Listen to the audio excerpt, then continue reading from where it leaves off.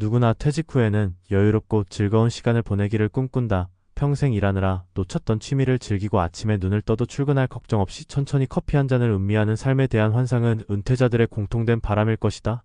그러나 그 환상이 언제나 현실이 되는 것은 아니라 오히려 취미라는 이름으로 시작된 활동이 노후의 경제를 갉아먹고 정신적인 고립을 불러오는 경우도 있다. 노후의 시간은 단순한 여가가 아니라 생존과 존엄이 걸린 시간이다. 이 시기를 어떻게 보내느냐에 따라 은퇴 후 삶의 질이 달라지며 특히 어떤 활동으로 시간을 채우느냐는 결정적인 영향을 미친다. 문제는 많은 이들이 그저 심심하지 않기 위해 즐거워 보이니까라는 이유로 무분별하게 취미를 선택하고 시간이 흐를수록 그 선택이 후회로 이어지는 경우가 적지 않다는 데 있다.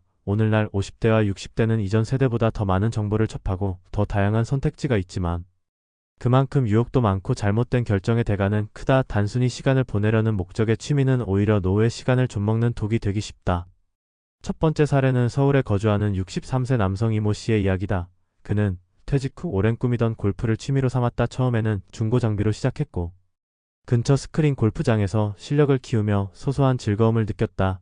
그러나 주변 친구들이 필드를 자주 나가고 해외 골프 여행까지 떠나는 걸 보며 자연스럽게 소비의 수위가 높아졌다. 결국 매달 수백만 원이 골프비로 나가고 있었고 본인은 그걸 스트레스의 소비라며 합리화했다. 문제는 그가 국민연금 외엔 별다른 수입이 없었다는 것이다. 은퇴 당시 모아둔 퇴직금은 3년 만에 절반 가까이 줄었고 부인의 눈치도 보이기 시작했다. 심지어 건강 문제로 몇 개월간 라운딩을 쉬게 되자 그는 하루 종일 우울감에 시달렸고 결국 부부간 갈등까지 겪게 되었다. 그의 취미는 더 이상 여가가 아닌 경제적 부담이자 정신적 무력감으로 바뀌고 말았다. 이 씨는 결국 골프를 접고 주민센터 프로그램에서 무료 체조 강사로 봉사활동을 시작했는데 아이러니하게도 그때부터 하루가 다시 활기차기 시작했다. 누군가에게 필요한 존재가 된다는 감각이 그를 다시 살아 숨쉬게 만들었다. 두 번째 사례는 경북 구미에 사는 59세 여성 정모 씨다. 그녀는 직장 생활을 접고 퇴직 후 뜨개질을 배우기 시작했다. 처음에는 손재주를 살려 가족에게 목도리를 떠주고 이웃에게 선물하는 소소한 기쁨이 있었다. 그러나 SNS에서 핸드메이드 뜨개 상품이 인기라는 정보를 접한 뒤 그녀는 자신의 솜씨를 살려 부업으로 연결해보겠다는 생각을 하게 되었다. 문제는 시장에 대한 이해도나 준비 없이 단순히 취미의 연장선으로 접근했다는 데 있다. 온라인 쇼핑몰을 개설하고 각종 재료를 대량 구매한 끝에 수백만 원을 투자했지만 매출은 거의 나지 않았다. 재고만 쌓이고 마음만 조급해진 그녀는 한때 밤을 새워가며 작업하며 건강까지 무너졌다. 결국 사업은 중단됐고 남은 건 쓰지 못한 실타래와 나는 아무것도 할 수 없다는 깊은 좌절감이었다. 그녀가 놓친 것은 취미와 수익활동은 전혀 다른 영역이라는 사실이었다. 그러나 이후 그녀는 지역 노인복지관에서 뜨개 재능 기부를 시작했고 그 활동을 통해 또래 여성들과의 교류가 생기며 심리적으로 회복되기 시작했다. 그녀는 말한다. 돈을 벌려고 시작했던 그 취미가 오히려 돈보다 더 귀한 사람을 남겨줬다고. 세 번째 사례는 강원도 원주에 사는 66세 김모 씨다. 그는 퇴직 직후 유튜브 시청에 빠졌다. 처음에는 새로운 정보도 얻고 세상 돌아가는 이야기에도 관심을 가지는 유익한 시간이었지만 점차 그는 하루에 7시간 이상을 스마트폰 앞에서 보내는 사람이 되었다. 특히 자극적인 정치 콘텐츠나 음모론 영상에 몰입하면서 점점 세상에 대한 시선이 부정적으로 변했다. 문제는 그는 그 사실을 스스로 인식하지 못했다. 가족과의 대화는 줄었고 사소한 의견 차이에도 격하게 반응하게 됐다. 어느 날 그는 손자와의 식사 자리에서 너희 세대는 나라를 망친다는 말을 던졌고 그 말을 들은 아들이 심하게 화를 내며 집안 분위기가 한동안 냉각됐다. 그는 외로움을 달래려던 취미가 오히려 그를 더 깊은 고립과 불신으로 몰아넣고 있었던 것이다. 다행히 그는 지역 커뮤니티 센터에서 열린 디지털 중독 탈피 프로그램에 참여하며 변화를 맞이했다. 그는 지금도 영상을 보지만 시간이 정해져 있고 시청 후에는 꼭 산책을 나가거나 이웃과 대화를 나눈다. 그의 일상은 다시 인간적인 온기를 회복하고 있다. 이 세 가지 사례는 모두 한 가지 사실을 말해준다. 취미가 문제가 아니라 그것을 대하는 방식이 문제라는 것이다. 단순한 시간 때우기로 접근한 취미는 결국 시간만 잃고 자신감과 돈까지 잃게 만든다. 그러나 그것이 소통의 도구가 되고 봉사의 수단이 될 때 그 취미는 노후의 생명줄이 된다. 노후는 단순한 쉼의 시기가 아니다. 존재의 가치를 새롭게 정의해야 하는 두 번째 인생이다. 그래서 지금 필요한 것은 단순히 즐거운 취미가 아니라 나를 타인과 연결하고 의미를 만들어줄 수 있는 살아있는 활동이다. 우리가 정말 필요로 하는 것은 시간의 소모가 아니라 삶의 확장이다. 그리고 그 시작은 내가 왜 이 취미를 하는가에 대한 진지한 질문에서 출발한다. 지금 당신의 취미는 당신을 살리고 있는가 아니면 천천히 갉아먹고 있는가? 그 물음에 대한 대답이 바로 당신의 노후를 결정지을 것이다.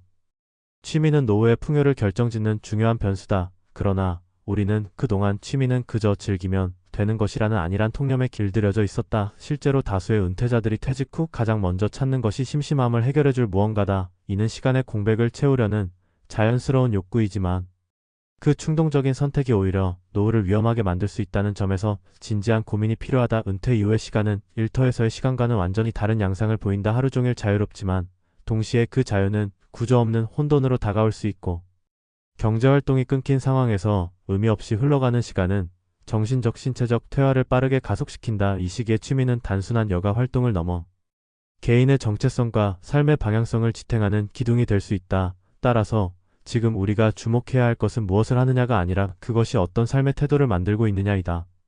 많은 은퇴자들이 초기에는 취미에 과도하게 몰입하는 양상을 보인다.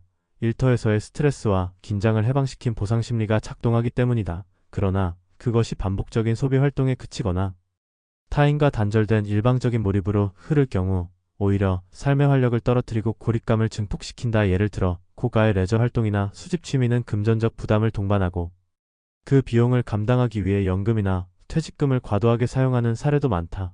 이 과정에서 배우자나 가족과의 갈등이 발생하고 결국 즐기기 위해 시작한 취미가 갈등의 씨앗이 된다.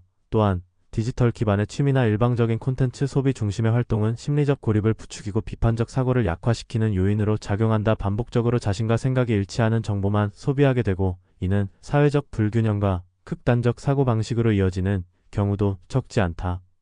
취미는 본질적으로 개인의 정서적 안정과 창의성의 발현을 위한 활동이어야 한다. 그러나 그것이 지속적으로 유지되기 위해서는 몇 가지 조건이 필요하다. 첫째로 경제적 지속 가능성이다. 은퇴 후에는 새로운 수입원이 제한되기 때문에 취미 활동 또한 장기적으로 부담이 없는 방식이어야 한다. 이를 위해 비용이 적게 들면서도 일상에서 쉽게 접근 가능한 활동들을 우선적으로 고려해야 한다. 둘째는 사회적 연결성이다. 취미가 외부와의 소통을 단절시키는 방향으로 흐른다면 그것은 오히려 정신 건강에 악영향을 미친다.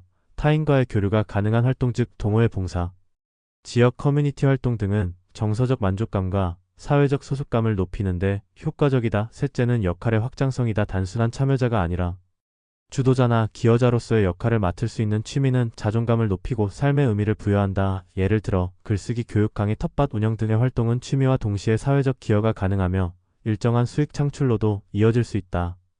은퇴 후 취미를 설계할 때 중요한 것은 시간의 질을 고민하는 것이다. 지금의 시간을 어떻게 채울 것인가가 아닌 이 시간이 내게 어떤 감정과 성장을 주는가를 묻는 관점 전환이 필요하다.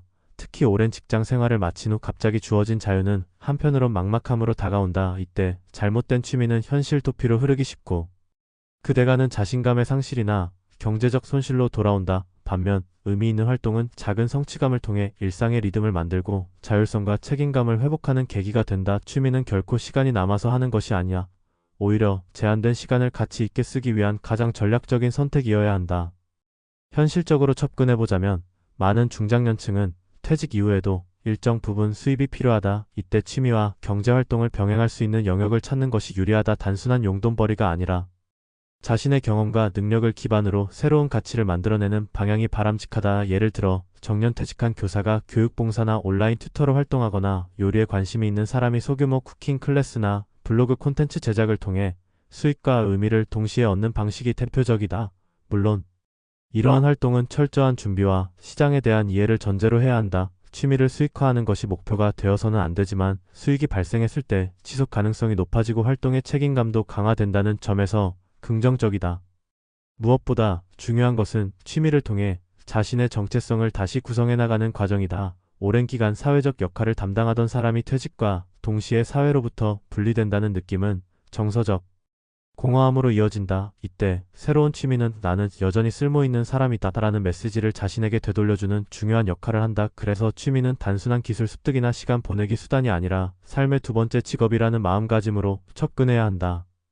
그것은 반드시 대단하거나 화려할 필요가 없다. 오히려 일상 속에서 반복 가능하고 타인과 나눌 수 있으며 자신이 꾸준히 성장할 수 있는 구조라면 그 자체로 충분하다. 결론적으로 은퇴 후 취미는 삶을 파괴할 수도 있고 구원할 수도 있다. 그 경계는 언제나 흐릿하고 본인은 오히려 좋은 의도로 시작했다고 착각하는 경우가 많다. 그래서 중요한 것은 자신의 현재 위치를 객관적으로 진단하고 취미를 통해 얻는 정서적 보상과 경제적 부담을 균형 있게 조율하는 것이다. 더불어 이 활동이 사회적 연결을 만들어내고 새로운 역할을 제공하는지 스스로 점검해야 한다. 지금 우리 사회는 빠르게 고령화되고 있으며 평생 직장이 사라진 시대의 노후는 더 이상 정해진 형식이 아닌 개별적 설계의 결과다. 이 흐름 속에서 취미는 단순한 여가가 아니라 삶을 재설계하는 도구가 되어야 한다. 무엇보다도 우리는 스스로에게 물어야 한다. 이 활동이 나를 고립시키고 있는가? 아니면 나를 확장시키고 있는가? 그 질문에 진심으로 답할 수 있을 때 우리는 비로소 노후의 시간을 두려움이 아닌 가능성으로 바라볼 수 있게 될 것이다. 지금 당신에게 필요한 것은 그저 시간을 죽이는 취미가 아니라 삶을 살리는 활동이다. 그것이 바로 노후 생존을 넘어 노후의 의미를 되찾는 첫걸음이 될 것이다.